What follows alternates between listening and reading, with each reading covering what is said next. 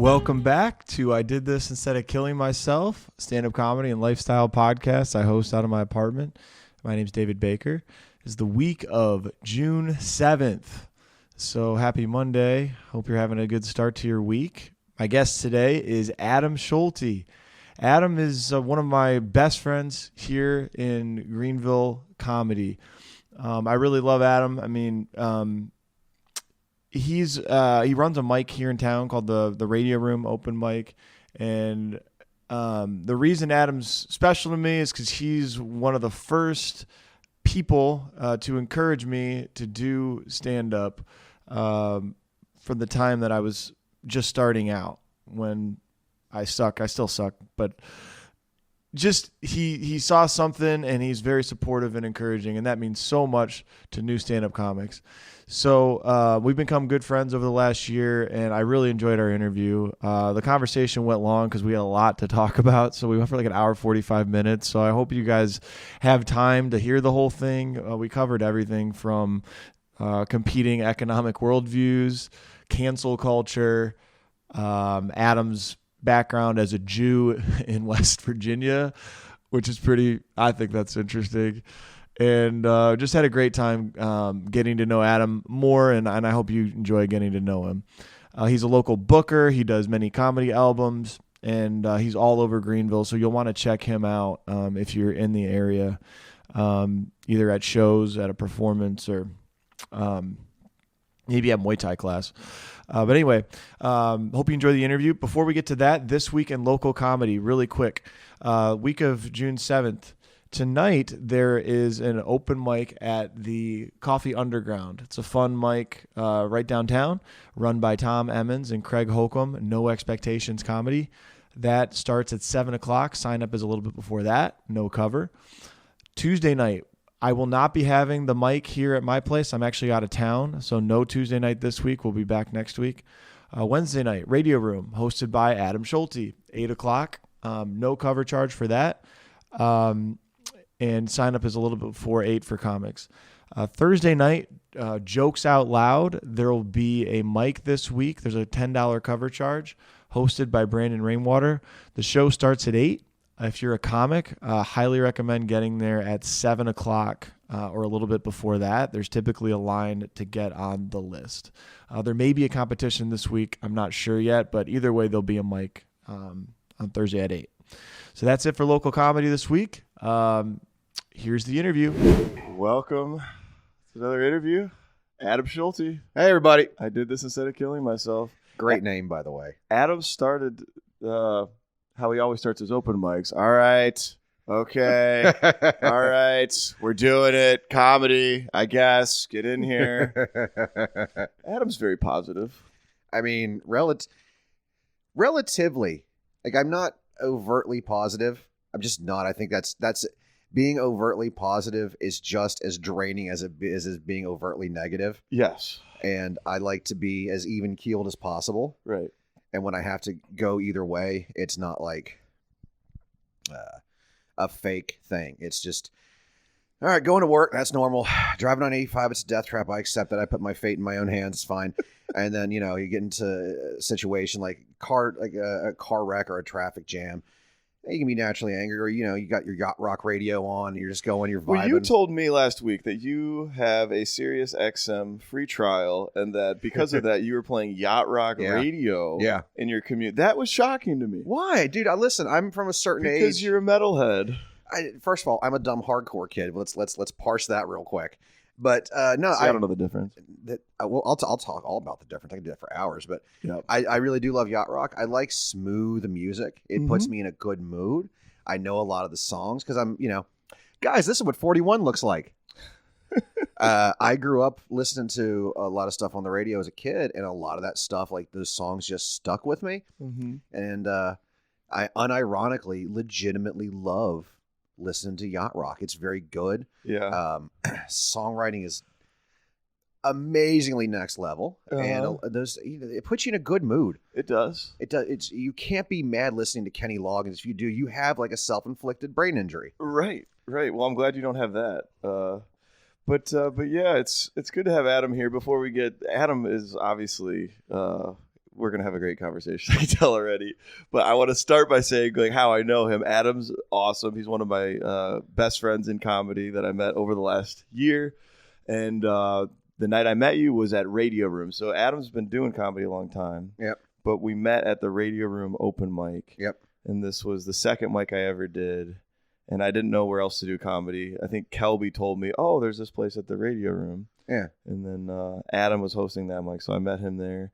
And yeah, I've been there pretty much every night since. Yeah. So how long have you, it's over a decade that you've been doing stand-up, right? Close to it. I think it's either 9 years this year or it's a decade. It really just comes, I can't remember what year I moved to Greenville, but I had done open mic comedy before, like in Myrtle Beach, and I had done it when I was in college a couple times, but nothing outside of like that. Nothing that I said, I want to make this a creative pursuit, and I really want to try to see how far I can push it. And when I started comedy, fun fact, I was a convicted felon. Okay. Continue.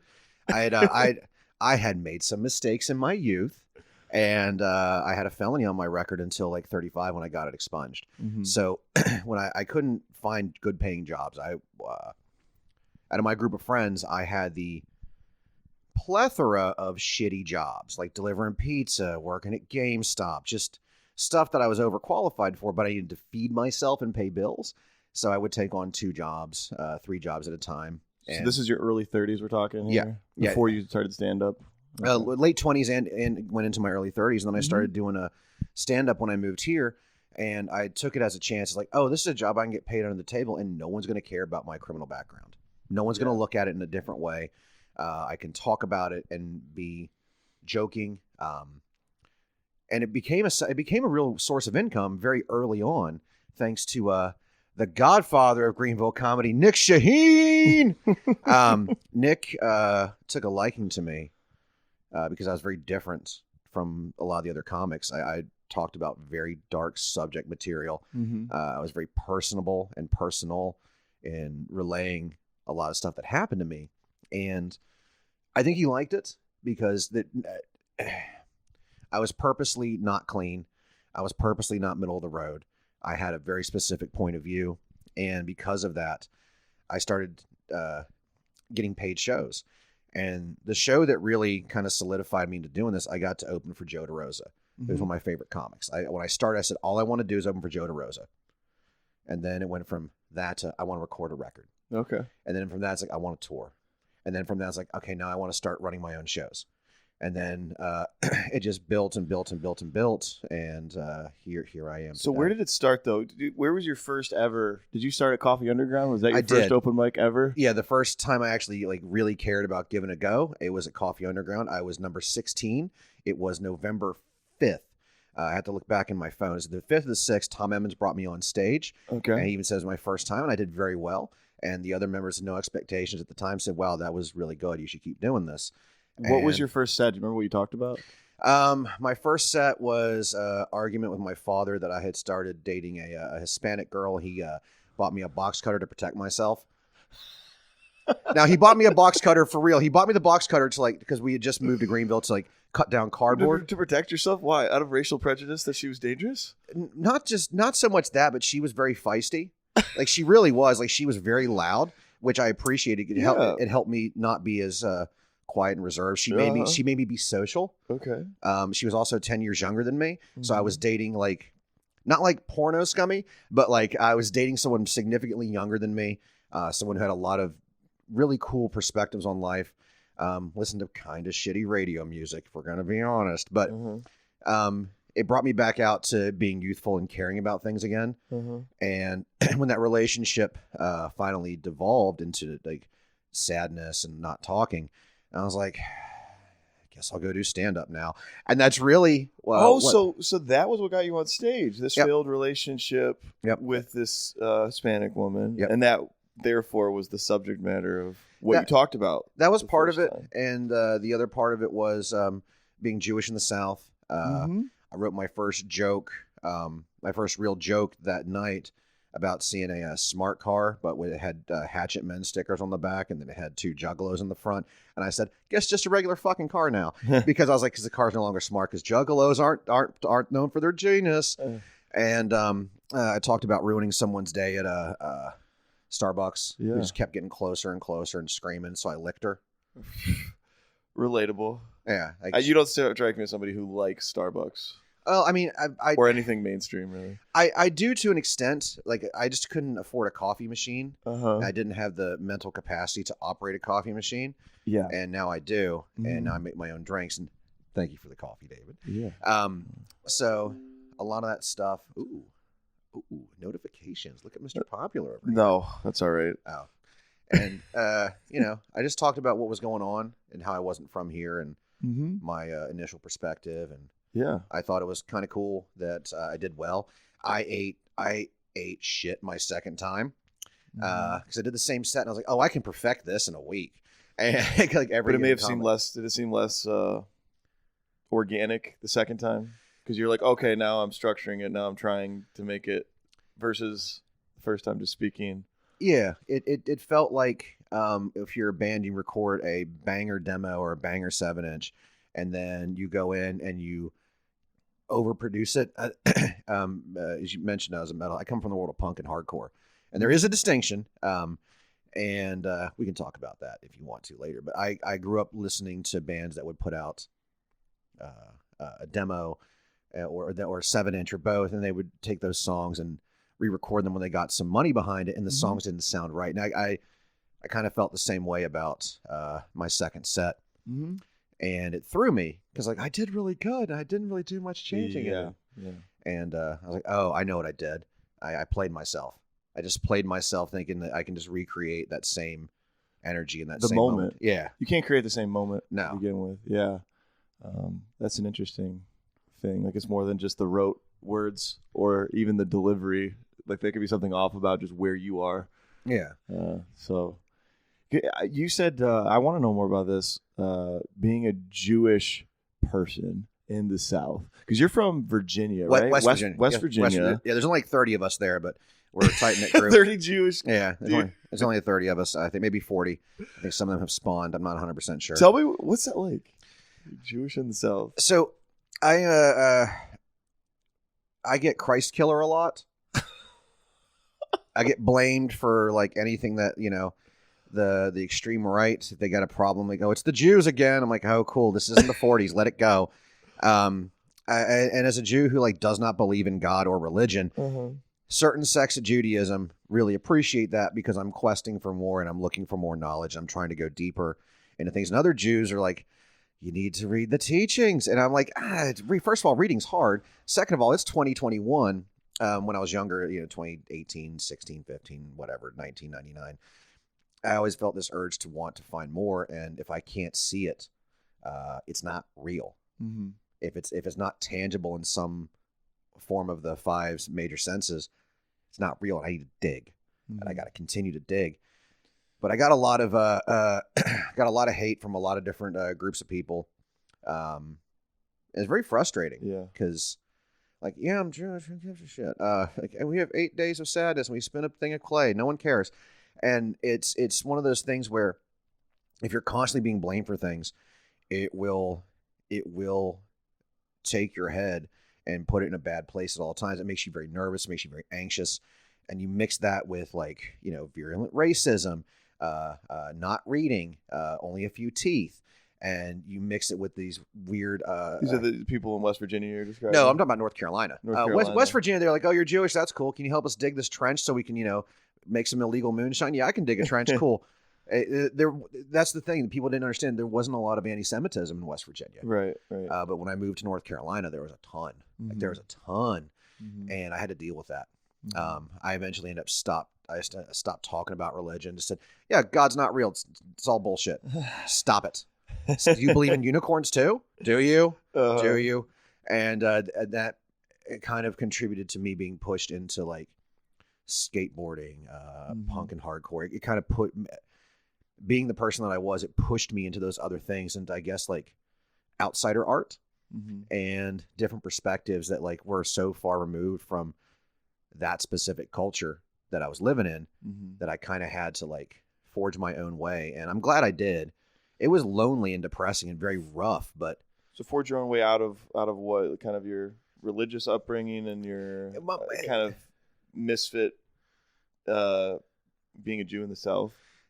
Forging away out of that, you're saying? My family really didn't force religion on me. Mm-hmm. I went to Catholic school a lot.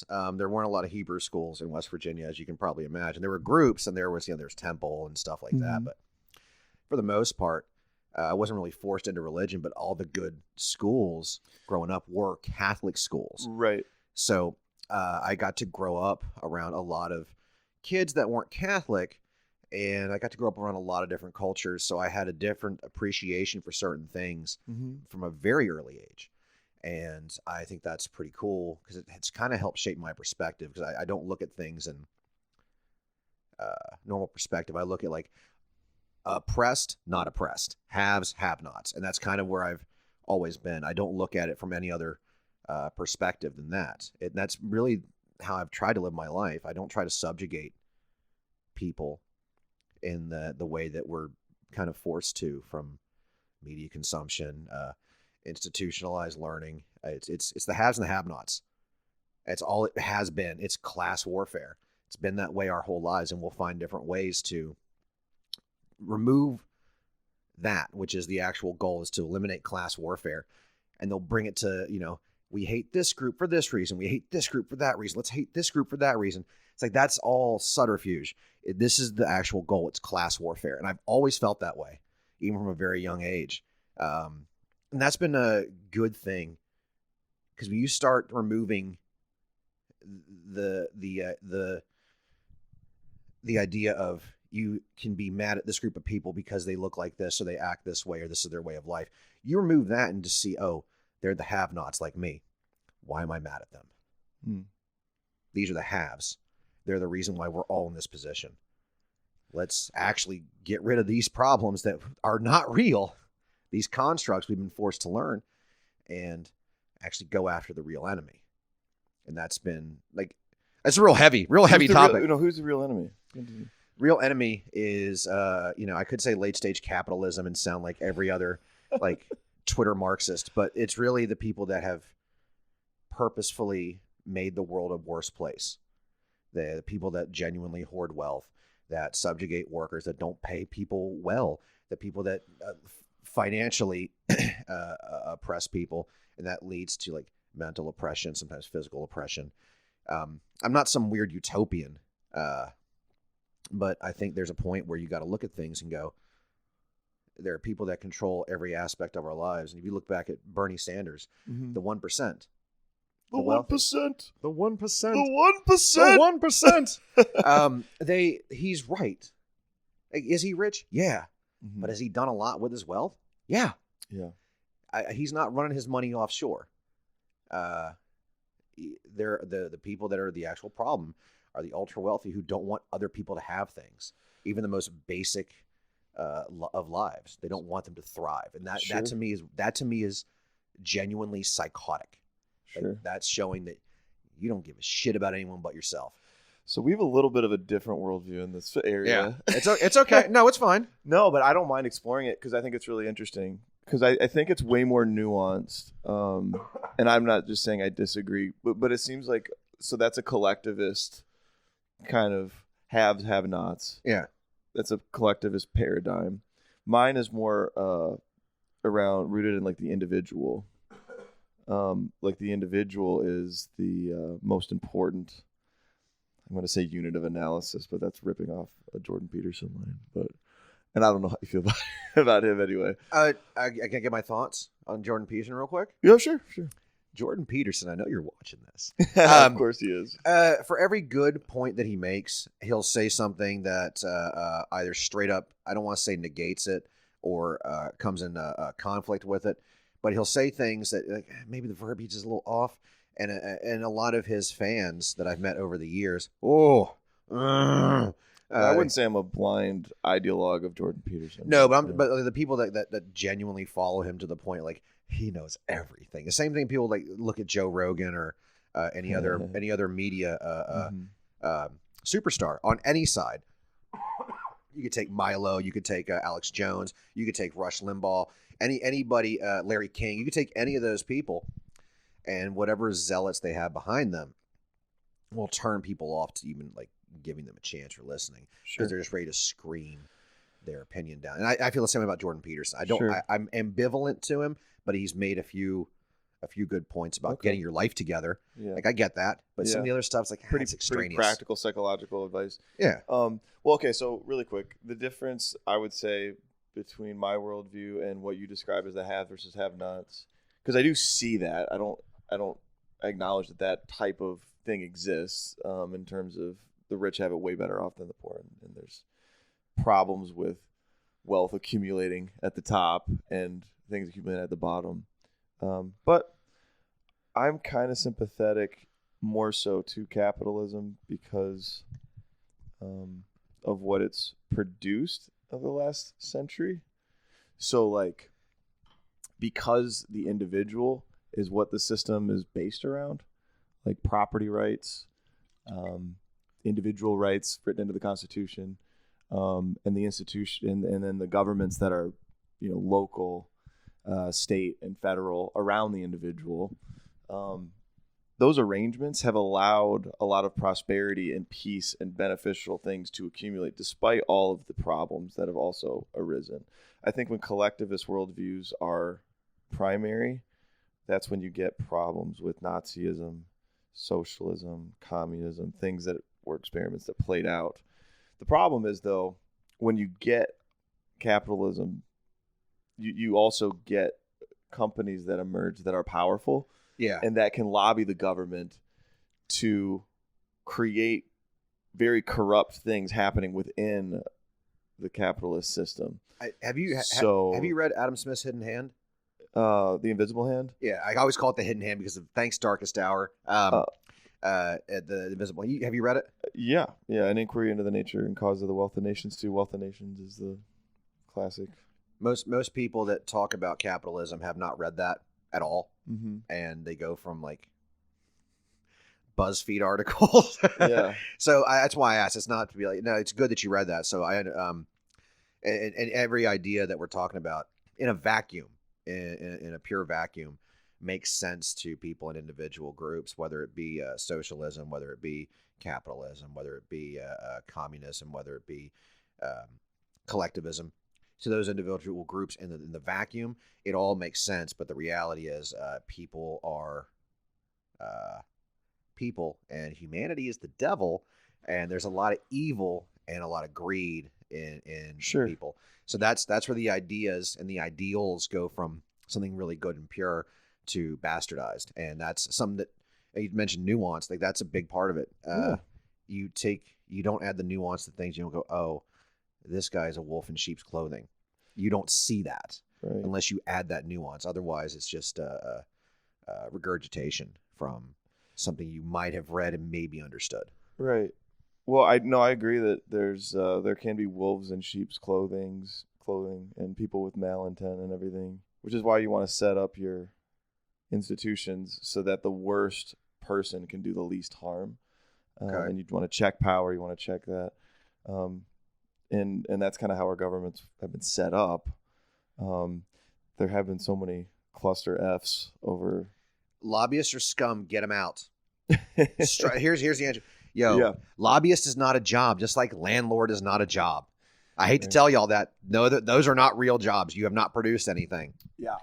I got a lot of weird leftist leanings in the current zeitgeist about how I feel about things. Yeah. But they're grounded in reality. They're not like big T truths, Mm-hmm. but they definitely fall closer to that category of little T truths. And I really Sure. like that because there's no, because I can defend that opinion. Mm-hmm. It's not just, I can't throw a hashtag behind it and get people to rally behind me. I can actually sit down and defend an opinion. I can cite actual things written. I can cite historical events. And they go, well, you just don't know. Like, that's exactly what happened. These are the things that happened. Why are you denying things that happened? You weird. Stop it. Right. So, I'm getting real. Like I feel like I'm about to go to poli-sci class right now and have to debate. I know. Well, but that's fun. I It's like Sunday this. morning, and it's I'm trying to make sure my thoughts aren't jumbled and make sense. Why do you do this in the morning? I'm curious. I don't normally do it in the morning. Oh, okay. This is the only time I could get you on. Oh, fair. Adam's very in demand. I'm not. No, No, he's a married man, so now he has I'm busy. A lot of I'm competing. constantly busy. I'm not in demand. I can assure you, nobody wants to deal with any of this for more than 15 minutes at a clip. I promise. Yeah. No, but the collectivist versus the individual thing that's a really interesting conversation. I think I am sympathetic to the complaints of people on the left who have problems with capitalism, because it's definitely not perfect. And the faster innovation goes, the more we don't understand what's actually going on, and the faster benefits can accumulate at the top, and people can get ultra wealthy, and then people can get ultra poor. Mm-hmm. And the thing is, when people talk about the left now is not the left that it used to be. I agree. Like I said, I'm from West Virginia. I had family that fought in the Battle of Blair Mountain. Something y'all should look up. They killed lawmen. They killed Pinkerton thugs. They straight up were fighters for workers' rights. I believe in workers' rights. We live in a state that does not have workers' rights. We live in a part of the country that does not have workers' rights. The idea of right to work it's a fear tactic. If you live in America, you have the right to work in America. End of sentence. That's all it is. This idea of at will, I can quit a job and it shouldn't be held against me. But they treat it differently. It's a fear tactic. That's why wages down here are way lower than they should be. The only positive from that is the cost of living is lower because of that, except for all the gentrification that's going on, and the displacement of people that have lived in places for decades. We're sitting in an apartment downtown. Yeah, your American Psycho apartment. I love that. What did you say when you were walking up here? You see, called you Pat Bateman Jr. Well, not that, but yeah. But the idea of things like unions are so foreign to people down here. I don't care if this gets me in trouble. I don't care. This isn't a political podcast. I know we've made it that way just because I got brain worms.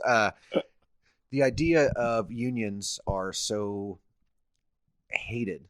Unions are the reason why you have a 40-hour work week. Unions are the reason why you have the ability to retire. Unions are the reason why you have paid time off.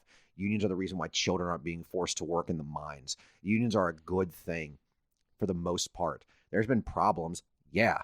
And a lot of it has had to do with, especially in major cities and specific unions, criminal activity, organized crime.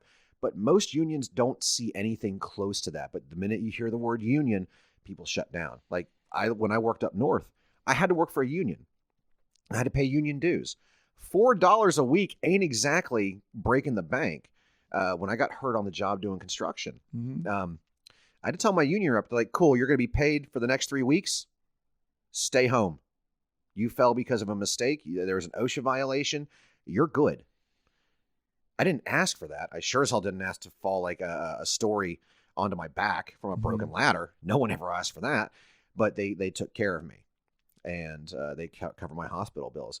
Unions, in my opinion, at least from my experience, are a lot like insurances. That's all they are. They're to make sure that people aren't being overworked.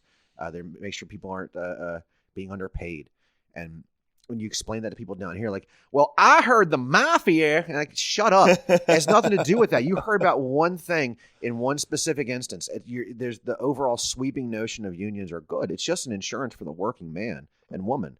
And I'm a firm believer in unions. Always have been. Mm-hmm. I come from a state that has unions, and a lot of things people are asking for aren't insane. They need more money. When you see, we'll talk pandemic real quick. You saw places make record profits. Mm-hmm. Like Amazon, Whole Foods, Target, Walmart. Big corporations made record profits. Their workers, a lot of them lost their jobs. A lot of them weren't being paid for their overtime. They were in fear of losing their jobs. A lot of that happened down here in the South. And because of that, people did not seem to understand why there was a need for them. And you get this attitude of, you got to pull yourself up by your bootstraps. And you got to prepare. I get very mad when I hear that kind of conversation. Workers deserve rights. They straight up do. They straight up do. And a lot of the jobs that these people do are thankless. Mm-hmm. I've worked fast food. That fight for 15, it makes sense. And the thing is, the adjusting for inflation, $15 ain't irrational. It'd be more like 14 and a quarter if we're going purely based on numbers due to inflation and cost of living. it really is like 14 and a quarter. For most places. Other places where it's higher cost of living, it's like 1780. Places like out west where it's crazy expensive, you're looking at like 1950. You're looking at actual numbers that make sense, but nobody wants to take the time to sit and look at it and go, oh, all of a sudden, these people that are fighting for 15, like, well, Burger King screwed up my order. Have you worked at a Burger King? Those people are miserable. They're straight up miserable because that's the best they can do, and they're getting underpaid. Do you think there's any limit to some of these policies, though, when you talk about raising minimum wage or, union collective bargaining and things like that? Like, no.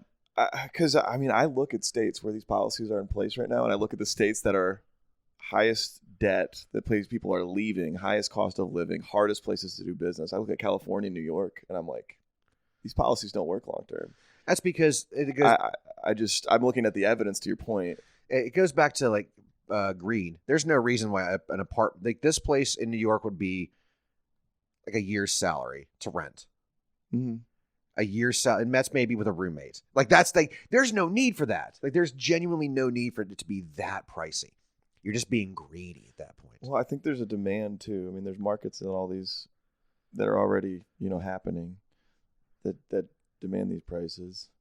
See, I think that's I understand the need for like certain places to be nicer. I'm not expecting a place in say Rutherfordton, North Carolina, where I lived for 17 years, to be on the same price point as like a New York. I get that. I'm not going to argue that. But if you look at a lot of the rising costs of things, there's genuinely no need for it. My dad was an economist. And he and I would have long conversations about this stuff. And we go back and forth for hours, a lot of times screaming matches.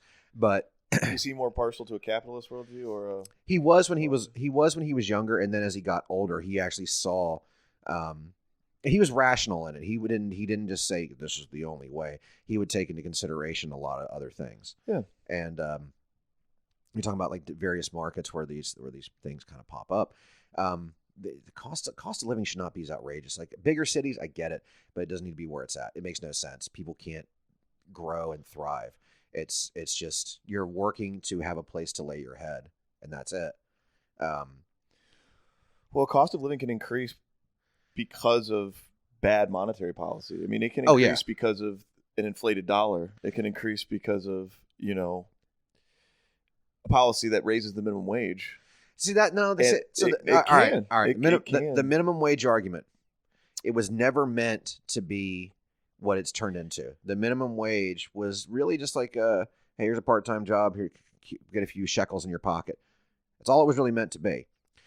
The idea of a living wage makes sense because listen, if you look back in the 70s and 80s, you could have like a $9 an hour job, buy a house, raise a family. Like you'd struggle here and there certain months. That's with one income. The evidence is actually there, and that's not possible now. It's things have changed so much. Like I look at things like credit. Credit's a scam, my dude. Yeah. Credit's a straight up scam. Yeah. If you have no credit, it's impossible to get stuff. It's easier to rebuild bad credit than it is to get credit. Like if you've never had credit and you've paid all your bills, like here's a $600 to start off with, $650 because you had some bigger bills. Credit's a bit of a weird scam. The idea of minimum wage needs to be abolished. It just needs to be removed because people need to have a living wage. You can't sit there and tell me that, and I'm gonna defend fast food workers even when you screw up my order. I'm asking you for less things on my food. I'm giving you less steps. Why can't you just do that? It's like, oh, this guy only wants 2 things. You know what? We're going to hook him up. He's making my interaction with his food easier. Again, record profits. Like, where's this money going? Why aren't you paying your people better? My grandfather, both my grandfathers actually, always said, if you take care of your workers, they will take care of you. He'd never paid a low wage on my father's side. On my grandfather's side, he never paid a low wage. They always paid a living wage that made sense, especially for the times. And yeah, there were some bad workers here and there, but that's to be expected, and no matter what field it is. But they all thrived. They all were able to have things. They were able to enjoy their life. Maybe not to the extent of my grandfathers, and my grandmothers, they weren't up there, but they weren't struggling to keep their head above water. And I think that if we actually took that approach to more things, a lot less problems would be in this world. I think people would be happier. I think it would force inflation to go down realistically, and if you treat your people well, it's almost like the golden rule: treat people how you want to be treated. It's so closer to that, but with labor and goods. And right. I mean, to me, the capitalist free market argument to answer to that would be if you're underpaying your employees in a free labor market, those employees would have the freedom to move to other places. But they can't because everything costs so much because of the labor market and the false inflation. Well, it's I don't know if I buy that, but I think there is a lot like the ability of people to move states, the ability of people to move.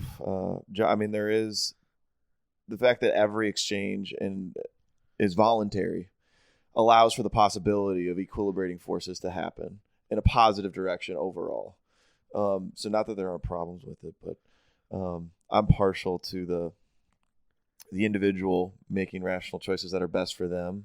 And if they're getting screwed by one company, go somewhere else. And eventually, like if enough people do that, then that's what's happening right now. Restaurants, they're all trying to hire. They can't hire anybody. Yeah, because like, hey, do you want to get screamed at and get hurt and potentially permanently injured for $10 an hour? Mm-hmm. No. Well, looks like we got to close down Shake Shack or whatever. Yeah, yeah. No Shake Shack. Come on.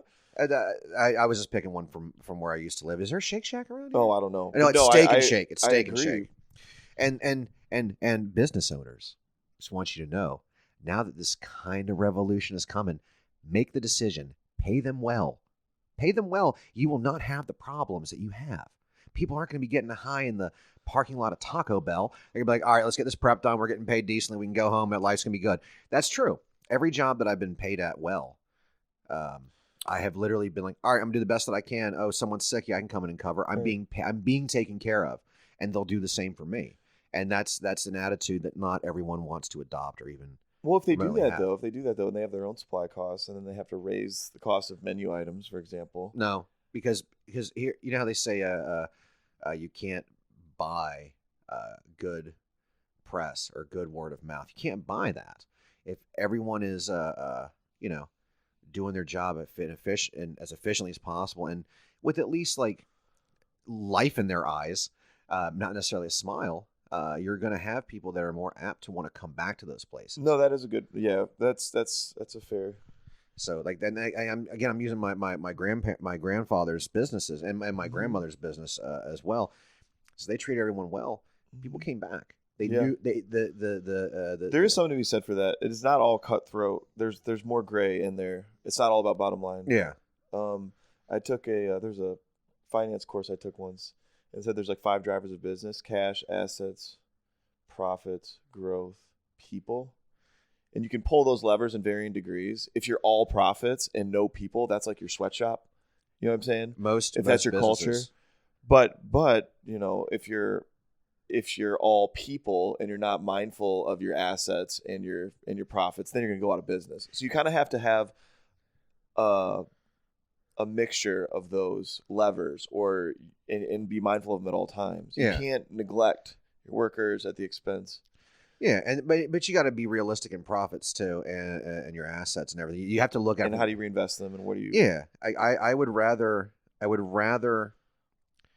not have to worry about those things as a worker. On the other side of things, as a booker and producer in stand-up comedy here in the upstate. Oh my gosh. Yeah, I really wanted to ham it up just for the camera. I look at it from the perspective of like, you're not going to make a ton of money at my shows. I'm not making a ton of money. I'm pretty transparent about that. You will be given a certain amount of stage time. You will have an audience. You're going to be fed. If you need a place to stay, I got you covered. Mm-hmm. If I had to send money later because I got to deposit it, because I only use PayPal, I don't use Venmo or Cash App due to stuff with a previous stepmom. She stole my identity. Ruined my credit. It was already bad. So I protect my artists. I protect them. Like I'm an LLC. Sure. Anything that I do comedy wise is protected under my LLC. Mm-hmm. Because we've hit a weird point in culture to where saying something that is remotely against the zeitgeist or the hive mind gets you in so much trouble. I'm like, that doesn't make sense to Where'd me. that come from? I don't know. We were talking about things that are problematic, like capitalism and workers' rights, and I think that's more of a left-leaning thing. what The language policing and censorship. it goes both sides. It's It gone both did. sides. It was in the 90s. It was more of a right thing. Yeah. It was more of The pendulum has to swing both ways, though. So I think now the left is very anti free speech.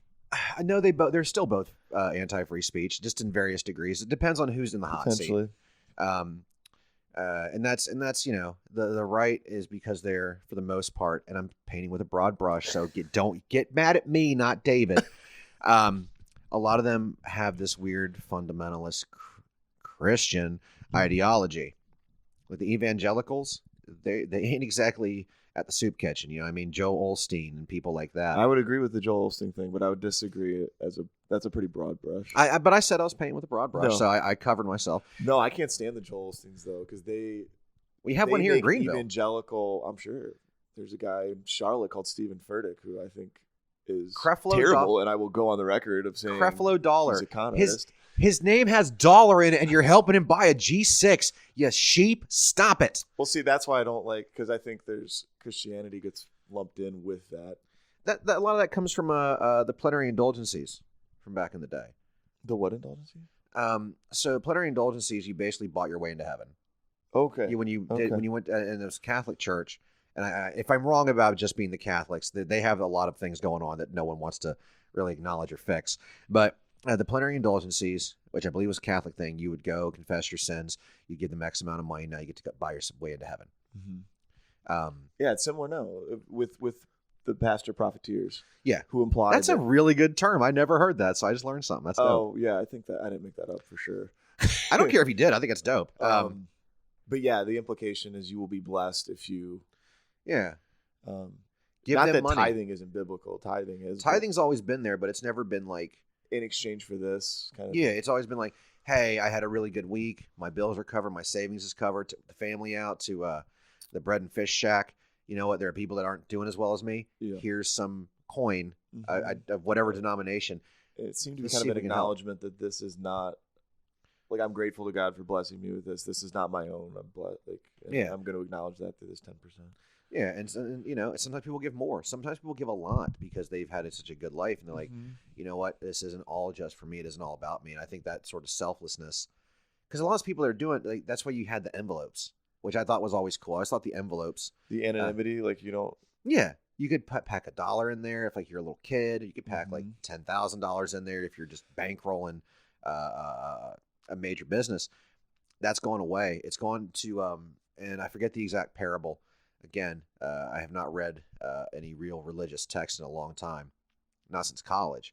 But there's a parable where you have one man who sees someone begging on the street and says, "Look at this man. I have given him $1." Mm-hmm. That guy just got his reward. Yeah. And then the next sentence has to do with the guy seeing another person suffering. He just hands him some money and keeps walking. Yeah. And I think that second example is far more powerful because you're like, you've taken out the immediate reward. Yeah. It's just like, hey, here, just get something to eat. Yeah. I think there's a phrase don't let your left hand know what your right hand is doing. Be that secretive about how you give. And your reward will be in heaven. And that's if you even believe in that, or you just want to be a good person. There's that. But back to the cultural zeitgeist and policing of language. Oh yeah. We No, it's okay. We appreciate you keeping this on track. It's your podcast too. I know, you have questions for me. No, it's fine. I think the idea of just because I come from punk and hardcore, we had our own form of call out culture, but it was usually for things that were actually bad, like ripping off bands, proven sexual assault, proven violence. And the reason why I'm using that word proven. And now you can just have something levied against you anonymously. Right. And I don't like that. It takes away from people that may not have the strength to be like, hey, this happened to me. This is a bad thing. Or, hey, I witnessed this. I had to tell someone. So this gets resolved and people can begin to heal again. I think the minute you go against whatever narrow frame and viewpoint that the hive mind has, you're automatically considered a Nazi. Yeah. Yo, Jew, you ever call me a Nazi? We're fighting in the streets. Straight up, I will break you in half. Please learn to use language in a proper way. Like, don't call crypto bros crypto fascies. Yeah. Don't throw fascism around. Right. You sound like an asshole. Yeah. Like, you don't know what these things are. These terms have very specific meanings. And nuance is lost. Yeah, context is not important. It's just whoever can be the loudest in the echo chamber, whoever can get the most social media serotonin from likes, tweets, retweets, hashtag trends. Like, none of that's real. Yeah. I do, I said a lot of this language censorship and policing does come from the left. I think that is true, but I think it's on all sides, to your point. And I also think social media is causing a lot of it, because and the reason that it became more clear to me is I line more on the right side of things, as you know, but I can't have nuanced conversations entirely with my own side anymore, because they're at the surface level of understanding that's been reinforced by the echo chamber. So, like, I can't have a nuanced conversation about any merits of the other side's opinion. Just like on the left, like, gosh, in dating, never talk about politics on dating. All right. Ever. I do. Because you can't have a conversation. It's all at the surface level. It's the reinforce. It's like all or nothing. Either you agree 100% with what I have to say, or you're a Nazi. That's insanity. Like, that's actual. That's slowly showing where everyone, again, broad brush, mental health is going. It's all or nothing. Like the FOMO, fear of missing out, the constant agreeing. Like, you sound like lunatics. You sound like lunatics. It's so much easier. And it took me a long time to learn this. I was a very angry person, very opinionated, very angry, depressed, like just the bad side of life. And then I just started going neutral. I just started going neutral. And all of a sudden, things got better for me. I looked at things from like a purely unbiased standpoint. Like, oh, I understand what this is about. I understand what this is about. I've listened to this. I've processed it. I don't agree with it.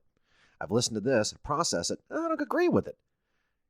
Where can we get together and have like an actual conversation or discourse where we can have true understanding and, begin to actually put things together? And I listen to the way people speak. Like, we're going to have a dialectic, and I would respect that everyone listen to everyone. Like, no, like, stop parsing things for the lowest common denominators because they know some big words. Stop letting the loudest voice in the room be the voice of reason. That's been a big problem. And like the idea of canceling someone. Yeah. I'm going to let you guys know something. I'm not a television show. I'm not in syndication. I'm a human being. You cannot cancel me unless you put a gun to my head and pull the trigger. That's the only way you can cancel me. Straight up. You think social death's real? It's not real. It's not real. Social death, the internet, none of it's real. It's not real. Stop thinking that it is. You're ruining your life doing it. Like cancel culture, straight up. It's not culture. It's not culture. No. And every side is guilty of it. Every side is guilty of it. I've been guilty of it. Okay. I've straight up done my very best to get people out of comedy, straight up, because of things they've said and done. Now, I think my cause is just because they really believed bad things and try to push bad ideals. That's one thing. And I've told people like, yo, this is what this guy's about. And at one point in time, I was saving the proverbial receipts, and I was wrong. I was just straight up wrong in doing that. And I don't feel bad about it. I don't feel bad about it because the end result that I wanted happened to them anyways. It just didn't happen when I initiated it. But I don't like the idea of canceling people. No. You don't even have a chance for redemption. And if someone wants to bring up something I said when I was like 23, I'm 41. If you bring up something that I said was 23 and tried to cancel me in the internet sense of the term, and don't think that I've grown as a person, I want you to get a rope or a gun, put the rope around your neck, tie it to something real high, and jump off. Get that gun, put it in your mouth, make sure it's loaded. It doesn't have to be clean, but if you're worried about COVID, make sure it's clean. pull the trigger and put a skylight in the back of your head. Get off the planet because you're not helping anything. I think my tripod's getting scared. That's Tripod, I'm not threatening you, I promise. But like I have these about weird 46 minutes for Adam to get warmed up. I have these extreme viewpoints. This is a preview of much of Adam Schulte's stand-up material. It is. It's very angry. I appreciate the passion for sure. I have extreme viewpoints, but I didn't used to. I've had to develop them because of what's been thrown upon art, what's been thrown upon society. If you don't have a voice of reason who's really willing to stand and fight for things, there's nothing worth fighting for. And you just have one entity telling you one thing, another entity telling you another thing, another entity, and then you have to pick. With all this stuff, I feel like there's a natural instinct of an artist. I don't know. I'm just now trying to express it more like something creative, but it seems to be like the job of an artist to push back against this stuff. Yeah. Because a lot of this stuff is dogmatic. It's not art. It's not anything that is even that interesting. It's just combative. It's one side versus the other. It's how do you line up and let's ruin somebody's life who we don't like. Yeah. But art should push back against that fundamentally anytime that happens, whether it's left, right. It's supposed to evoke emotion and thought. And challenge it's what the status quo is. It's what it's supposed to do. Mm-hmm. Anything after that, even if it has an agenda, that's the point of it. Mm-hmm. You don't have to accept it. You'd be like, oh, they're talking about this, the Armenian genocide in this. I didn't know about that. Oh, wow, that was a terrible thing. Right. I learned something. This evoked emotion. Now I have something that I might be able to spend some time educating people on or helping with or helping people recover. Yeah, it opens and expands the world of whoever is involved. But I think canceling shuts that down. It stops the process. Yeah. So, Fight me in the mall food court. You want to cancel me? Listen, I don't care. It's fine. Like, call a cop, kiss a dog, do whatever. Like, do something productive. Quit trying to cancel people. And it's every week now. Mm-hmm. It's not every day. And it's over on when it started. It really started with, in a bigger sense, the Me Too movement. Mm-hmm. It really did.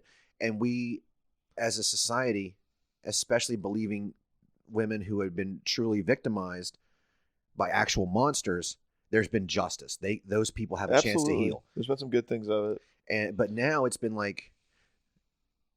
bastardized. It's been co-opted into a live, laugh, love kind of soundbite based world where someone says something mildly offensive and all of a sudden their career's over. Are you kidding me? Right. You tell me they can't earn a living because they said something you don't like? Mm-hmm. And even if it isn't like actually offensive, if it's just something said in bad taste, let it go. Right.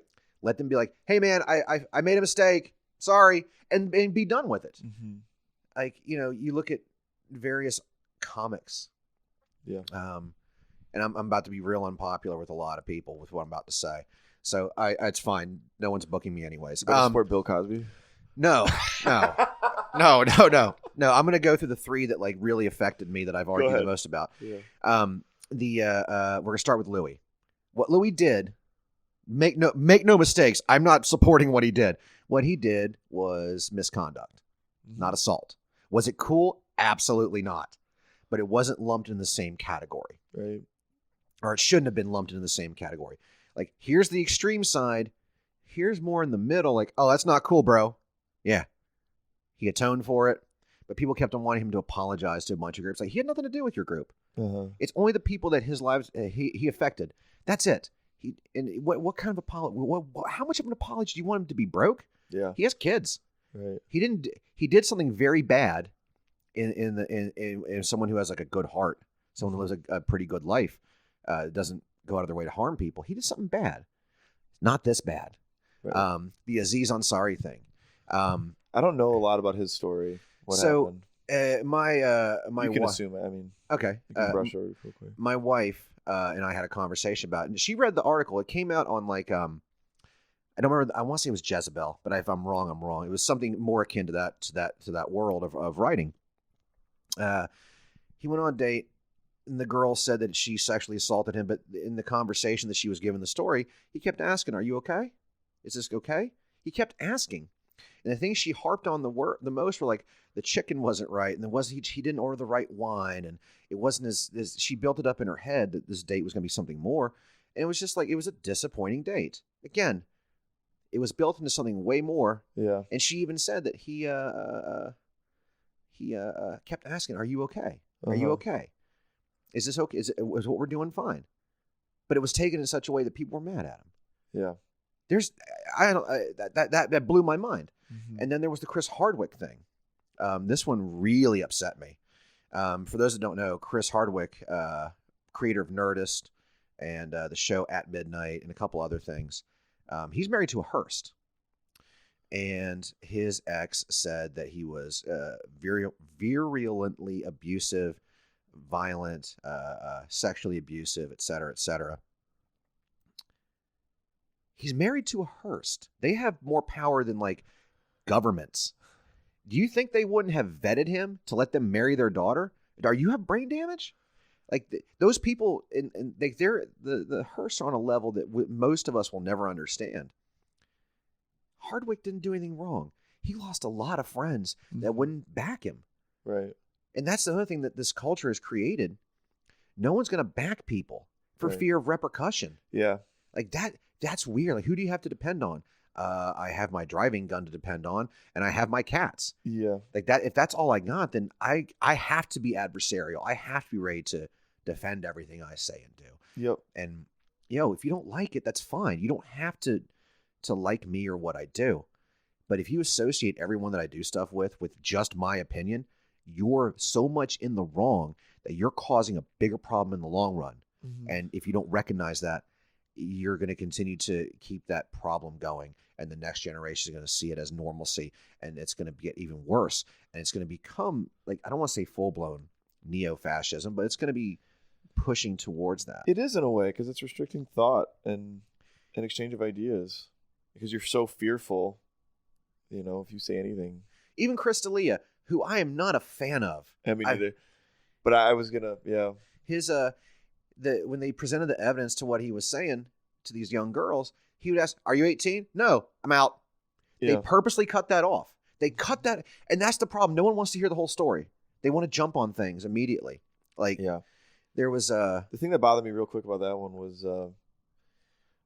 his bad comedy. No, I'm just kidding. Well, yeah. It's not good. It was kind of his peer group, how quickly they abandoned him. There were so many famous comics that as soon as Chris D'Elia, there was a whiff of impropriety, these people all like bailed on him. There wasn't anybody really, Andrew Schulte maybe, but like there wasn't anybody really who stood up for him and said, "Dude, it's probably fine. Like, let's wait and see." Even they were like, "Nope, we're going to issue a statement that my publicist wrote, and we're going to say, yeah, we have nothing to do with him. We're really saddened by this, and screw Chris D'Elia."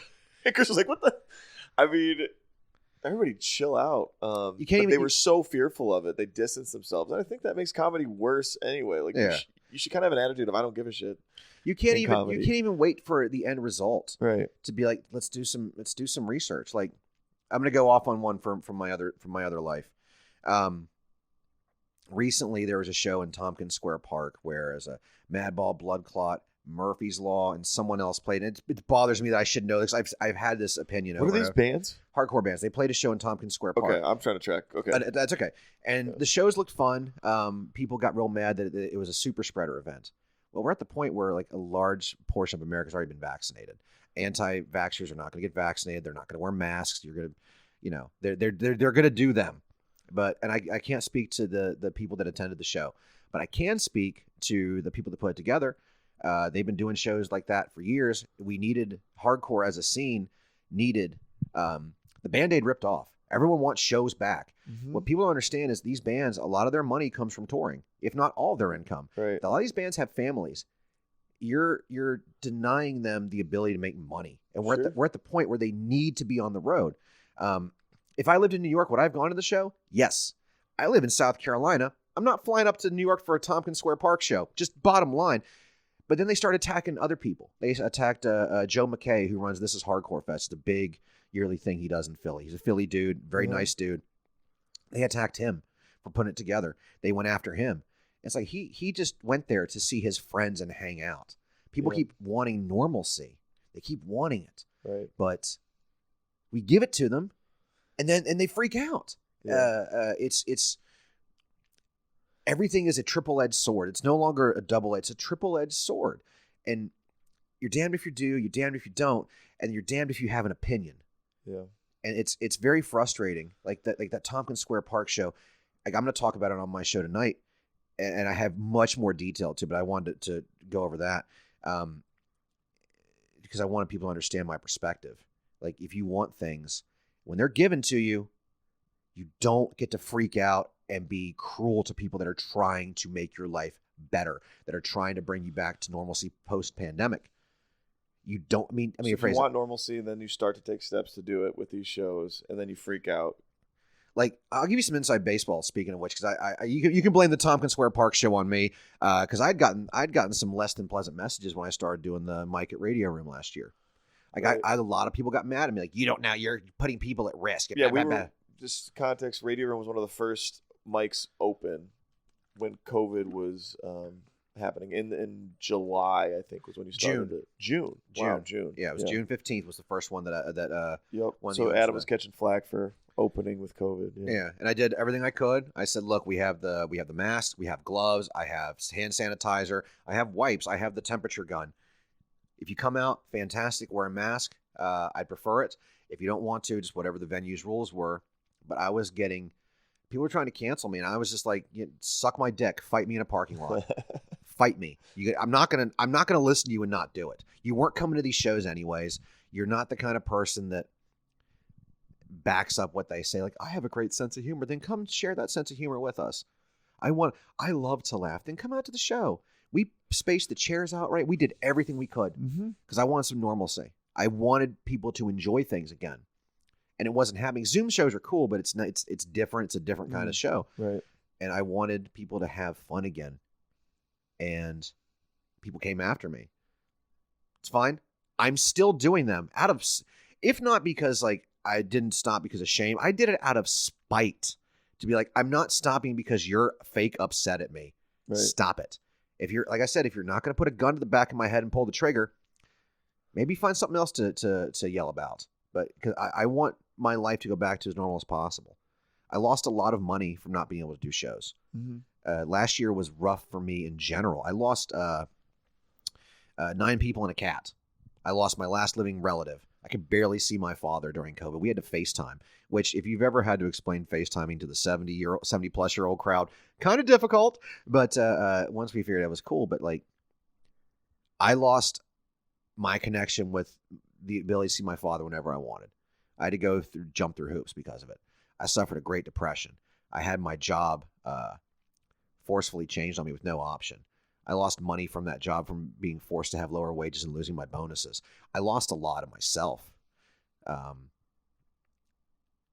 I want that back. I'm not going to have, my dad's dead. I'm not going to have him back. It's just not going to happen. I'm not going to have all that money I made from comedy back. It's just not going to happen. But I can have some of it back. And I want my comic friends that tour to have some of that back. You can't say you want it opened up with any sort of caution and then deny it once like something happens. Like, I'm going to say this very, very honestly. Since I started bringing shows back, I've literally been around 3,000, 4,000 different people, only 4 cases of COVID that I know of. So there could be more. I'm not denying that. But 4 out of 3,000, I will take those numbers. Sounds pretty good to me. Yeah, because I did I had a wedding. And we did the same precautions. I was smart about it. I'm not going to be like, I follow the science. Like, I know how viruses work. If you know how viruses work and if something changes, like, oh, we got to account for this. What can we do? You do it. What do you think is causing the holdouts among people who are so fearful of opening back up? I mean, because they still exist. Like, they don't want to be open back up. They want to live in fear. Right. I think people prefer to live in fear to feel like, and I'm going to feel very bad about saying this, but they feel like they want to be the victim so people can pity them. Right. So they can defer or deflect responsibility. Yeah. For just living a normal, happy life. Yeah. Like, what? Why do you not want that? Like, if you get like, oh yeah, I'm depressed, I don't want a happy life. All right, that's fine. Do you ever want a happy life? Do you ever want to have more than just this weird hermit lifestyle? Well, no. Okay. A lot of us do. Let us have it. Yeah. We want you to be there with us. Most people are like that. We want you back in our lives. but they don't want to. They want to have this weird Howard Hughes-esque syndrome. Yeah. And it genuinely makes no sense to me. Yeah, that is interesting. That's kind of a thought I had as you were talking, and I think, yeah, that could be like the individual psychology of the people who want to stay locked down is it's not rooted in reality as much as it might be in their own unhappiness. Yeah, and just it's easier to blame the pandemic because you got the perfect scapegoat that can't talk back. Yeah, it's weird. Mm-hmm. It's weird. So, well, I told you we were going to go long with this. We've covered a lot of ground. No, Yeah. we're not even close to done. I got a couple of questions real quick. All right. So I always ask the comics, what the biggest dumpster fire story in life that comes to mind? Something where everything went wrong. It doesn't have to be on stage. Okay, I have a couple of them. Get your tissues ready. Oh gosh. My mom died of cancer before my 9th birthday. So she does. So this is the irony of recording this on Mother's Day. I don't know when this is going to be out, but this is recorded on Mother's Day, 2021. Mm-hmm. This was a very specific. This is stuck out of my mind. I've always had weird guilt about this my entire life. I don't know how to let go of certain kinds of guilt because I'm Jewish. But you like how I'm playing up the sad stuff like that? I'm Jewish. We're known for our guilt. She was dying of cancer, and I was getting my toenails clipped because I couldn't do it as a kid. You know, I always cut too close to the quick, and she actually cut too close to the quick, and she had just come back from chemo either that day or the day before, and when she did it, my reaction, I kicked my foot out because I kicked her in the stomach, which caused her to throw up, and she continued to throw up for about an hour or two. And then my dad, who was dealing with that and raising a son who was getting made fun of, because I got made fun of a lot once people found out my mom was dying. They made fun of you because your mom was dying? Yeah, when I was in Catholic school in Morgantown. And there's another part to the story that I need to put in there to let people know how angry I am, not only about myself, but the situation. But that day, like hours later, I'd make the vomit sounds because no one was paying attention to me. Because I didn't understand at the time what my dad had to deal with. But my mom, I didn't think my mom was going to die. And she eventually did. And I got made fun of for that. And the kids made fun of my mom for wearing a wig because of the chemo. I found out later that my best friend at the time got a voice message. It was not from me, but one of the kids in class, his dad was treating my mom. He left a vulgar voice message, and this became a big problem. So they kept on blaming me for this voice message. It was me, it was me, it was me. They had 3 different teachers and 3 different nuns listen to it. They said, they even had the 4 boys go in and repeat the message. Like, that's not him. They had me do it 3 different ways, this message. And it wasn't, they're like, it's not him.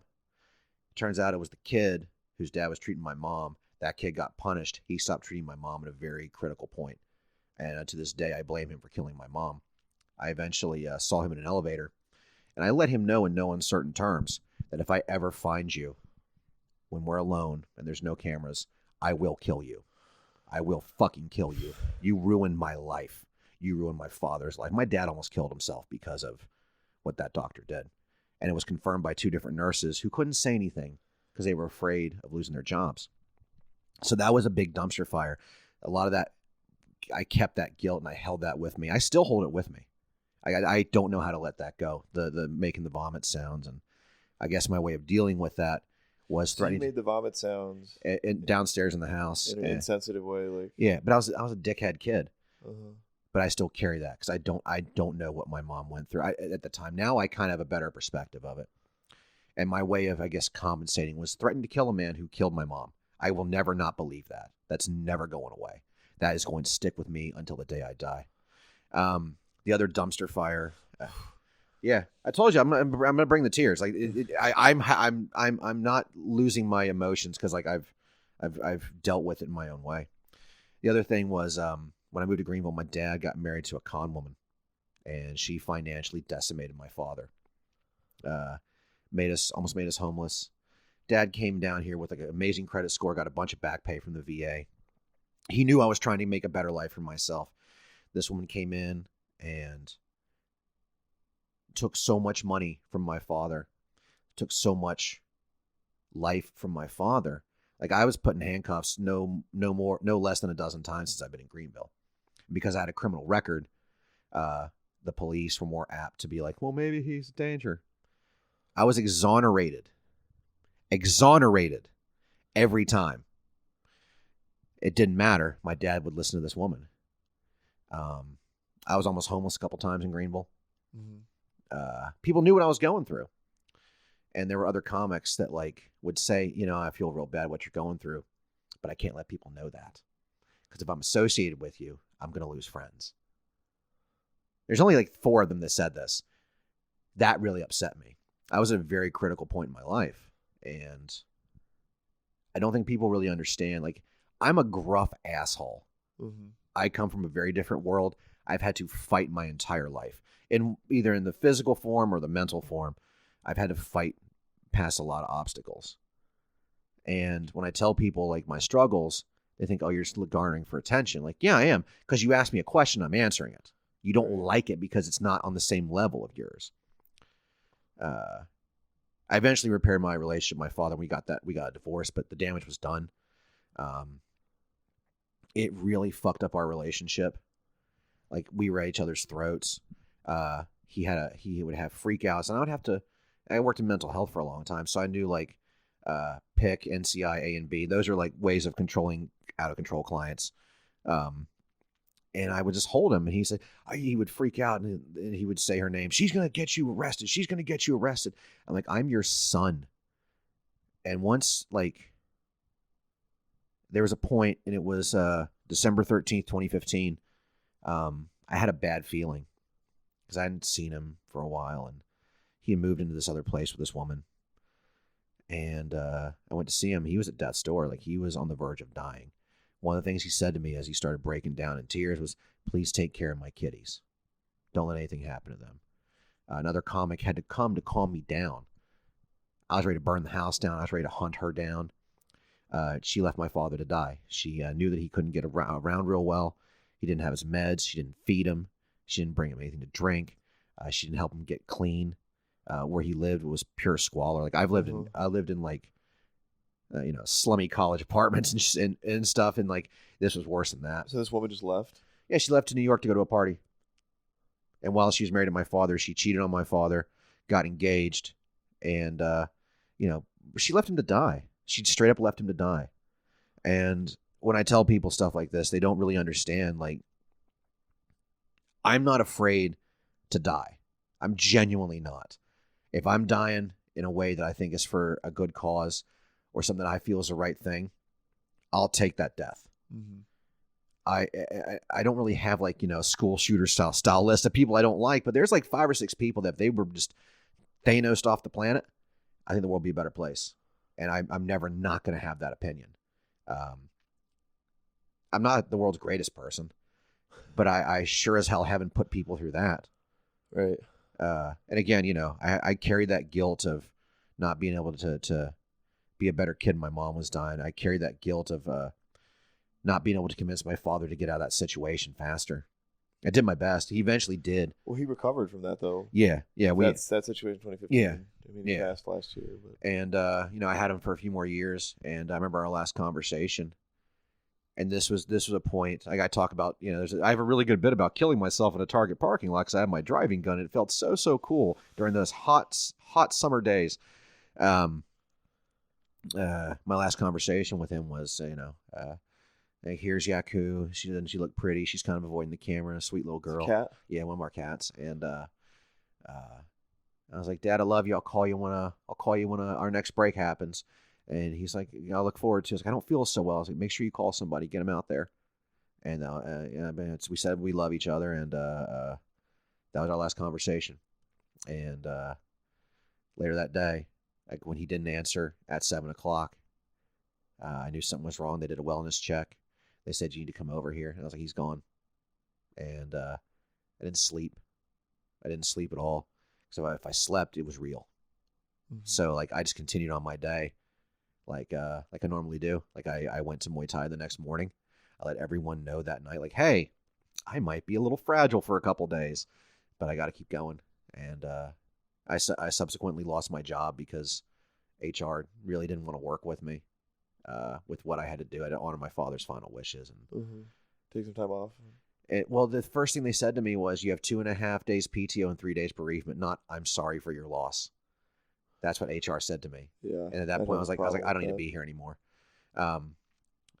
Yeah, like I people ask me, I genuinely, like, when's the last time I thought about killing yourself? It was in that parking lot in Target. Like, I'm very, very serious. Like, I make light of my own wanting to die at my own hands, but that's a very serious thing, and it's hard to relate that to people unless you've been through that like crazy struggle. Yeah. So there's my dumpster fire stories for you. No, well, this would be hard to top. So what keeps you moving now? Because you've been your dad died last year, and you continue to work in comedy, and you're married now. Yep. Like, your life seems to be in a good place. Yeah. What keeps you moving now? And how do you feel now? Kind of reflecting back on your father's death. Well, to be fair, Dad and I talked about this after Mom died. He's like, one of these days I'm not going to be here. So I was prepped for it. Like, every year when we had to change things up, like, okay, I want this to happen. I want this to happen. I want this to happen. I just knew what to do. He told me, he's like, you're going to have to shut off your emotions. You're going to have to get this done. I was like, okay. And what keeps me going is I fought so hard to have a life. Because a lot of my stuff gets built into whatever obsession I have. Like, when I was playing soccer, it was all soccer. Mm-hmm. When it was like snowboarding and skateboarding, that's all I threw myself into. And I didn't have a lot of friends. I just really didn't. And I still don't, which is nice. My circle is in a place where I like it. When I went to transition to punk and hardcore, I finally found something that made me feel normal, because in a lot of ways I was an outcast for one reason or another. And there was a high level of acceptance of me for that. And that's why I gravitated towards those things, while the rest of the world is telling me, oh, this is dark, this is evil. I'm like, why? Because it's not what you want? That doesn't make sense. It's just another part of the main culture. It's a co-culture, not a subculture. I learned that in college. I just like throwing that out there every once in a while. But I do things because I fought so hard for them. And I do a lot of things out of spite, because I know I'm not a very popular person. I have opinions that people don't like, and I will defend them. And, I come from that world of talk shit, get hit. Run your mouth about me. You're going to find out. You're going to find out what kind of person I really am. This isn't internet posturing. I will hurt you. I said that a little threatening. I didn't mean to sound threatening towards David. David's parents, you've raised a very, very wonderful son. And he has a very intense guest on who's trying to be honest and vulnerable. He's done a great service by bringing me on here. It's fine. But I'm not the kind of person that walks away from stuff. I'll stop doing stuff when it's not fun. That's when I quit. It's when I don't. If it's no longer fun and it doesn't bring me joy, I stop. Are you happier now than you were a year ago? I don't know. It's okay to say yes. No, I don't know. I really don't know. I mean, I've had the same consistent things in my life, as far as like support system with my now wife. Mm-hmm. I still have comedy. I still have hardcore and record collecting. I still have my little my comic book obsession. I have Muay Thai. I have people that I can actually hang out with. I don't know what happiness is. That's why I don't know how to. I don't really know if I've ever been happy before. Yeah. I know I'm not terribly depressed. I know I'm not sad all the time. I know I haven't cried myself to sleep in like over 2 decades, but I don't know if I've ever actually had happiness. Yeah, happiness is fragile. Maybe I'm just more at peace and very self-aware, but I don't know if I'm happy. I genuinely don't know. Okay, more at peace. That's a good thing. Yeah, which is cool. It's nice to like, if all I got to panic over is money now, all right, I can live with that. That's the only thing I got to struggle for is money. Okay, yeah, I can live with that. It puts things into perspective. Like, it means everything else is doing decent for you. Yeah, it's hard to. I don't think I can match any of those dumpster fire stories in terms of the low points. Don't. I hope that you never have to. Like I hope that no one ever has to, which I think is good. I don't wish whatever pain I've suffered upon other people. Because there's a bunch of other things that have happened to me over the years that like, that people were like, you really didn't take yourself off this mortal coil, because I've been through a lot, and I've been exonerated out of all of it. And now that I got my criminal record removed, which in a lot of ways I shouldn't have had. It was done out of spite towards me. It shouldn't have been so harsh. I should have gotten in trouble, but the punishment shouldn't have been felony, and you can't get a job, and you can't vote, and you can't get a good paying job. So a lot of struggles. And that kept me out of a lot of fields for a long time. Right. And then some people took chances on me, and then they're like, you know what? You're a good person. You've turned it around, and no one else wants to see. They just want to see this one little thing from a long time ago versus who you are now. Right. Well, I think what you do have going for you is you seem to have figured out what you do love, and you're doing those things pretty unapologetically between comedy, hardcore, Muay Thai, which we haven't talked a lot about. We can. we can, although that's but you seem to have a high level of self-awareness, and you're pursuing what you love. I hope I do. Without much hesitation. I hope I do. That's the other thing. I hope I'm doing it. Like, it's hard for anybody. Like, it's hard for a lot of people to get to that place. Yeah. You know? Like the comedy aspect was I've been in bands and they never really went anywhere. For whatever reason. I tried to start bands that never really went anywhere for whatever reason. And that's okay. That's not always meant to be. Comedy, like I said, it was supposed to be another job that I could, maybe get. At the time, it was to get money to get a lawyer to get my record expunged. I did. Some of that money went to sold stuff on eBay. Hardcore, it's going to be a part of my life for forever. Like when I'm a dumb hardcore kid at 41, I'm going to die a dumb hardcore kid at whatever age. A lot of those ideals and way of trying to make the world a better place have stuck with me. I run my comedy shows like I do. When I booked my very few, but like a dozen or so hardcore shows. The Muay Thai side of my life, I was very depressed when I started. I'd gained probably my heaviest, and So Muay Thai is a mixed martial art, right? It's just one stand up. It's just one art. It's okay. National sport of Thailand. It's kicking and punching and stuff, and knees and elbows and clinching and all sorts of fun stuff. Yeah. Bleeding, a lot of blood. I found it because I was going to the gym, and my gym buddy went to a different gym. We still work together, but he went to a different gym, and I was very depressed going to the gym. I didn't feel like I was getting anything out of it. I didn't feel motivated. And throughout my life, like outside of like soccer, or football for our international viewers, I've always felt that individual sports were more my thing. I'd done martial arts when I was younger, and I really enjoyed it. So I started looking at stuff around the area, and I saw UFC gym, and I was like, I had a lot of preconceived notions because I've dealt with a lot of UFC bro types, and they're not the kind of personality I want to be around. So I found a place here in Greenville called Raja Academy, and it took me 6 months to go. It straight up took me 6 months to take that first step. And I went, and I got shin splints because I'd been inactive for like 4+ months. Threw up 3 times, but I kept going back.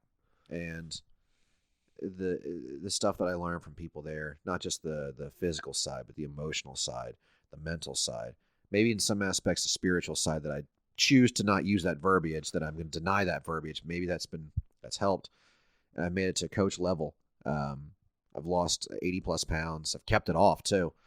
I can run again. I have flexibility, and I'm in a lot. Like I no longer am like amped up all the time because I know what I'm physically capable of, despite the threats I had earlier on the show. Yeah.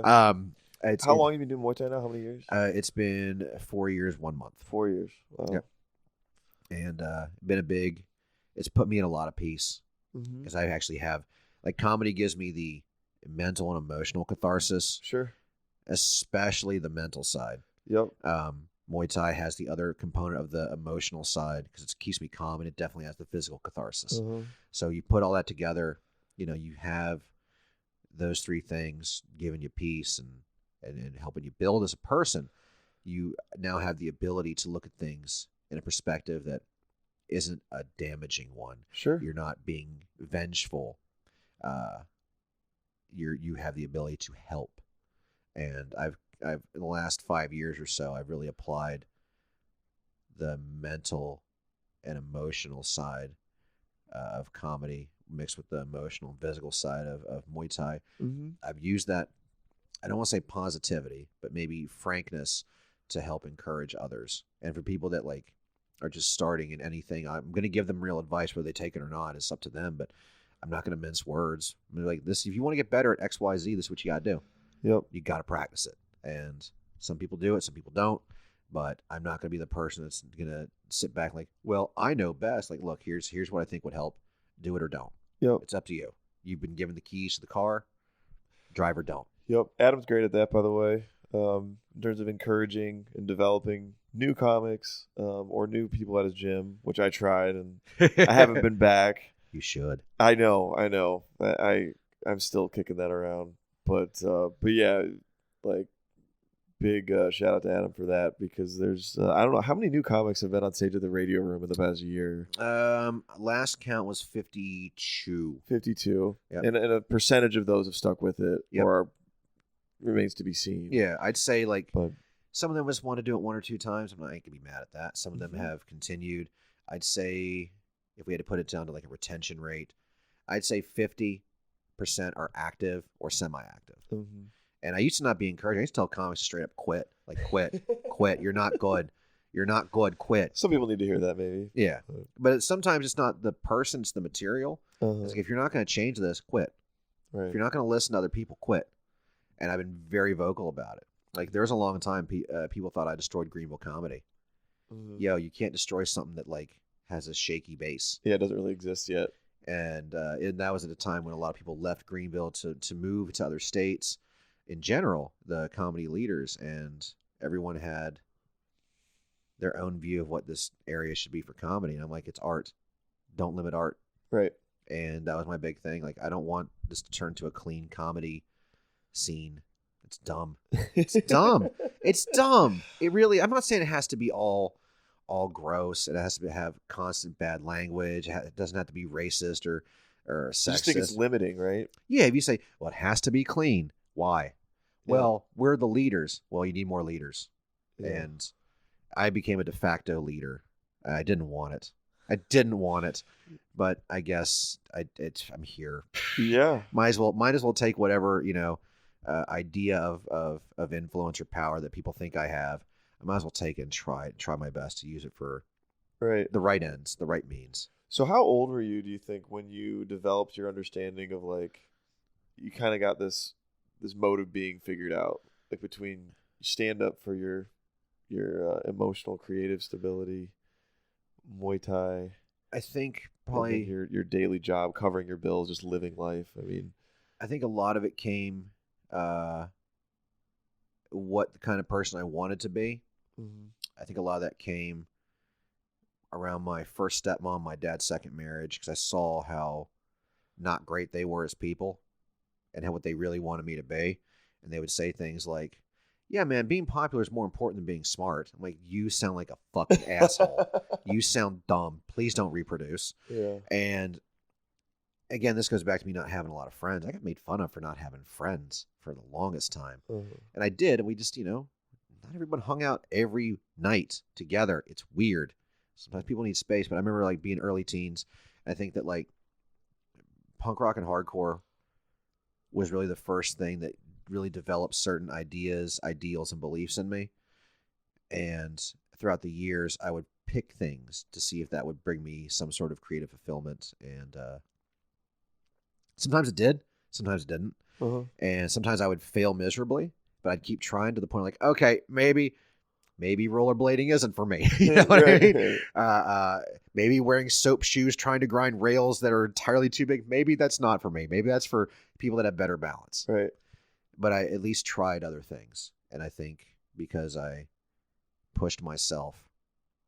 Sometimes with motivation from others, sometimes with like just I don't want to be stagnant. I don't want to be boring. Uh-huh. I think that was another big factor, and I'm happy that I did try all these different things. Yeah. It makes for nothing else an interesting story, and most people don't want to be interesting. They want to be. They just You want to blend in? Yeah, like there are times it's okay to blend in. There are other times, more times than not, you should want to stand out for your achievements, for your merit. And if you're not doing that, If you're not taking risks or trying yeah. things. And some of those things are like, writing a great paper while you're in school. People are mad that you're going to beat the curve. Who cares? Write a better paper. Mm-hmm. You have to have some sort of motivation to want to do better. Because if you just want to get through on everything, there's like math class in me. I just want to get a C and be done. I don't care. Math's hard. I don't understand statistics. I just don't. Statistics class, not actual statistics. Mm-hmm. I just want to get a C and be done with it. Please, it's all I need. I don't care about learning certain things. I just want to get through it. But in that's only 10% of like my schooling. The other 90% stuff that I'm interested in, or stuff that I at least want to learn more, so I understand concepts. So I don't sound like an idiot. Yeah. I don't want to sound dumb. Mm-hmm. And unfortunately, people think that's arrogance. It's not arrogance. It's confidence, because I actually can speak about things. Yeah. Which is dope. It is. So what's your biggest regret in life? Other than the throw up sounds with mom, biggest regret, letting my body fall to hell out of depression. And that was an ongoing thing. It's now back to where it needs to be. I went from like a 56 chest to a 46. I went from a 46 waist to like just above a 36. Mm-hmm. None of my clothes fit right. I'm a weird monster. Letting my body fall to hell, which let my mind fall to hell, which put my perspective to hell. Letting myself down, knowing that I could have done more. There are literally dozens of those things, be it interpersonal relationships, relationships with on a professional level. Mm-hmm. I've let a lot of those things go because either my own arrogance, ignorance, stupidity, bullheadedness, inability to listen, and a lot of that came down to like physically falling to pieces. Because you start falling to pieces physically, the next thing that goes is your mind, and you will get into these weird depression pockets. So letting my body fall apart, that happened after I stopped playing soccer, because I did ODP for like 2.5 weeks, and after ODP, what's that? Olympic Development Program. Okay. So I used to wrestle at 168, 171. I had kind of abs. I was, other than the fact that my face looked like I lost a fight with an ice pick because of the zits. I thought I was kind of attractive. I'd be like, I'd hold his hand. I'd at least go on a first date. But after like ODP stopped being fun, like soccer stopped being fun, I quit, and I got real depressed because I was like, well, this is at what age? 17, 18. So high school. Yeah. Okay. And that was like when the legal problems with when I got my felony happened too, because I was just depressed. And, I just wanted acceptance. That's what I wanted for a long time, and I never got it. Mm-hmm. And why are you so weird? Why are you so angry? Because y'all don't want me, and I have to be around you all the time. Think about how that makes people feel. Right. So, I've tried, sometimes successful, to not let people feel that way. But sometimes you got to square people up and be like, yo, you're doing these things in my mind wrong. Mm-hmm. I'm not going to tell you what to do, but this is my perspective. Take it, figure it out, or don't. Right. Process. The word was process it. That's the word I got hung up on. But that's admirable. You have that empathy in you now. Do you think you have that to be able to see in others people who felt I don't know. not accepted? I hope it's empathy. I don't know if it is, but I hope it is. Mm-hmm. Because I got weird jealous streaks. I got weird anger streaks that'll pop up. And I got to put those in check. Like when I see new comics, this new group of comics, like you, Kelby, Matt, Amelia, Tommy, all y'all, I got very mad that you had no, and this is to my knowledge at the time, had no real concern or interaction for the people that were here for a long time. And it was almost like you guys were like, well, we're better. I'm like, well, you're going to find out. You thought we felt that way? Yeah, because like I never saw like the older comics on any shows or any showcase. I was like, you need to have these older comics. They're not dickheads. They're going to help. And eventually, I think everyone's either came around or were unable to at least, they came around but were unable to at least participate in everything. Yeah. We didn't know what we were doing is the answer. That's fine. I didn't. No, that's fair. We didn't either, but like I say we in the sense of the comics that have been here for a minute, but I think that the different perspectives would be advantageous to hear out. But They absolutely are. And there's different way you can say the same thing in a way that's conducive to people listening and go, okay, well, I like 90% of what you said. That 10% may not work for me, but the other 90%, that gives me an idea. Now I know how to move things around. Now I'm getting an idea on how to do X, Y, Z better. Mm-hmm. And initially I was just like, I hate young people. I hated young people when I was a young person. So it's that. So that's only grown over the years. I've been a get off my lawn kind of dude since I was like single digits. That hasn't changed. Weirdo, straight up weirdo. But yeah, I think I'm at least in a position to where I can hopefully give good answers to things. That's what I hope I can do. For sure. And if I'm wrong, I'm wrong. It's okay. Not a lot of things on this planet matter. Big T truths, little T truths. Like as long as you're trying, and you're not doing it to gain anything out of it, except like, I failed here, but they're already where I'm at. I bet they can go further than me. Mm-hmm. So that's the way I feel about it. Like I'm never going to be famous for comedy. I accepted that a long time ago. It's not going to stop me from writing a record a year and trying. Right. It's not going to stop me from putting on shows. Right. Well, there's joy for you in stand-up in and of itself, isn't there? Yeah. The act itself. Yeah. I mean, that's how I feel about it. To separate out any expectation of success, or that to me seems to be like when you can trick yourself, that seems to be when it works better. When it comes from a place of sincerity and honesty, and because you love to do it. Yeah, success should be on a personal level, not on a tangible level for everyone else to say. Mm-hmm. Like a big success for me was the first time, I'll use Muay Thai for this, was the first time I actually survived an entire sparring day without having to stop and get water in between every round. Yeah, absolutely. And to not be the best at sparring, but to hang with people that were better than me and not be at that straight beginner level, but beginner who's starting to figure things out and is no longer robotic, starting to come into my own. And I think that was like a big success for me personally. And stand up, the first time I did my first record, it was just all the stuff I'd written that had worked, and I put it together in a way that made sense. To be able to get up there and talk for an hour and make people laugh, like that's hard. That's really hard to do. Mm-hmm. That's an accomplishment. So I've just tried to build off things that, the rest of the world may not care, but I do, because it was something that involved me specifically. Absolutely. So what is the best piece of advice you've ever received? Don't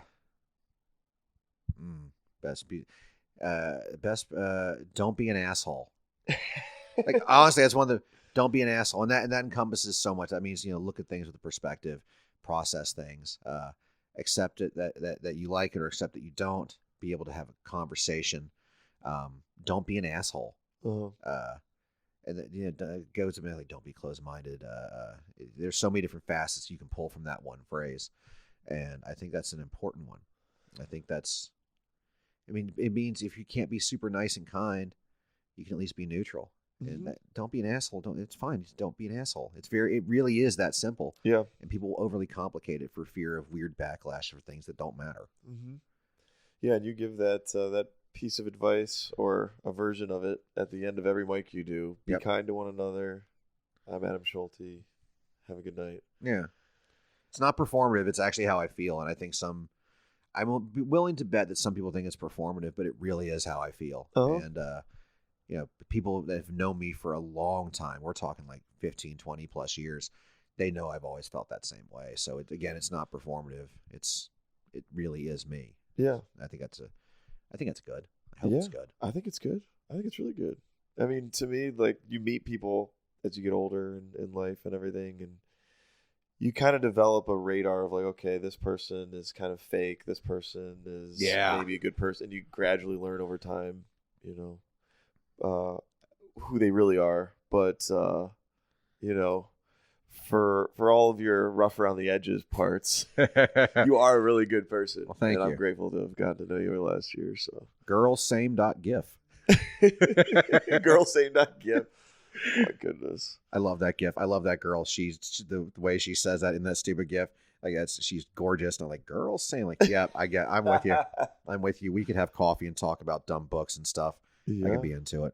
My wife knows how I feel about her. She's like, why do you like this internet girl who you've never met? I'm like, girl, same. Like, do you not feel a thing, like a connection just from that stupid she thing? got offended by the gif? No. She won't do that. Like, the wheel, who's on your list. Yeah. And celebrity list. Yeah. And that girl from that gif's on my list. Okay. And she's like, that's such a weird one. I'm like, do you get it? She goes, yeah, I kind of do. Yeah. And I was like, all right, cool. So, I love it. Well, you set the record, man. I told you we were going to go long. Hour 37. That's pretty good. You want to make it an even two?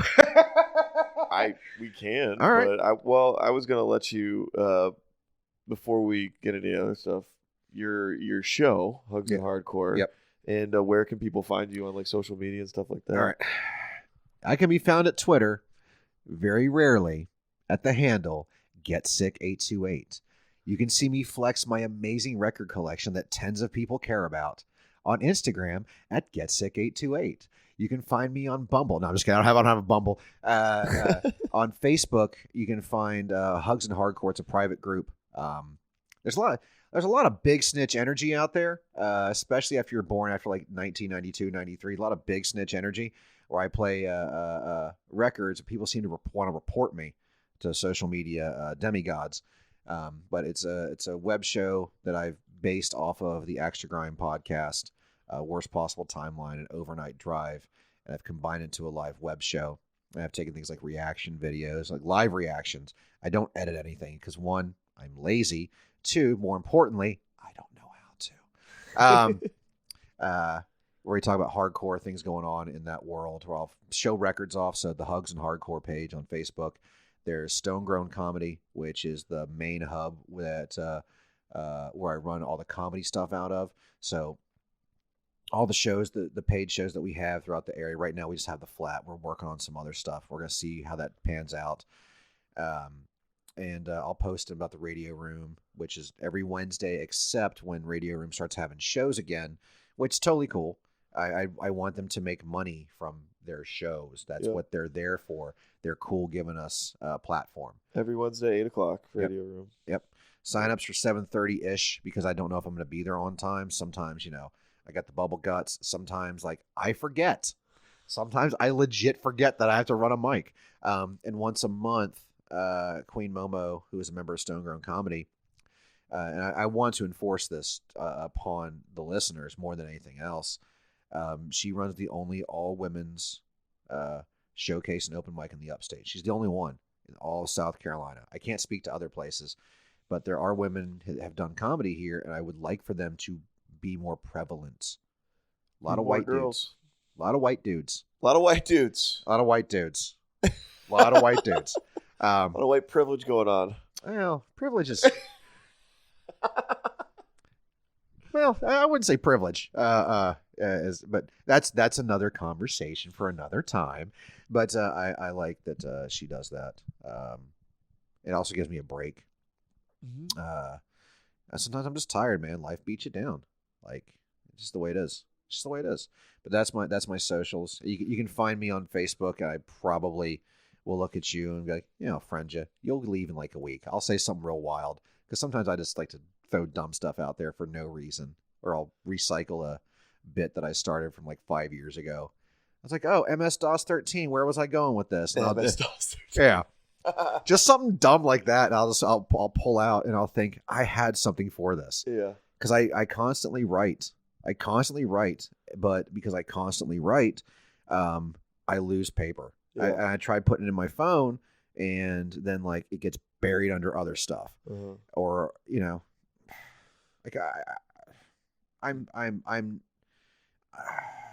I've lost more potential jokes than I would ever care to admit to myself. Yep. Like I've probably lost realistically an hour plus worth of material because I either lost the paper or I forgot to finish the thought or. It's the worst. Got to write it down. Yeah. Sometimes. Try to write it down. 9/11 was an inside job. It was. Epstein didn't kill himself. No, he didn't. Hope he got the stimmy. Yeah. Did you buy a gun with your stimmy? That's the important Some part. of my favorite Adam lines. Well, we can wrap it up here, but yeah, dude, thanks so much for coming on, man. Dude, thanks for having me. Yep, we'll have you on again. Yeah. Thanks, I think everybody. David is a up-and-coming comic, and I'm going to give out his socials. I did this instead of killing myself. By the way, the first time I read that to my wife, she goes, "That sounds like something you would have done." That sounds like a name that you would have come up with. I Like, take that as a compliment. you should. Yeah. I was like, yeah, that's pretty good. And you're a very charming, likable comic, which will help you out a lot in the long run. It really will. You're doing your own show, a rooftop show, which became very popular during the pandemic. I think that's pretty cool. And you got this going, and you're constantly pushing yourself artistically, which is something that I like. So coming to do this is more of a pleasure than like a chore because I can see the efforts that you've put in. And Thanks, man. I Means a lot. like that sort of stuff. Good deal, dude. You want to go get a latte? Yeah, dude. All right, let's go get a latte. All All right. Thanks, everybody. Thanks, guys.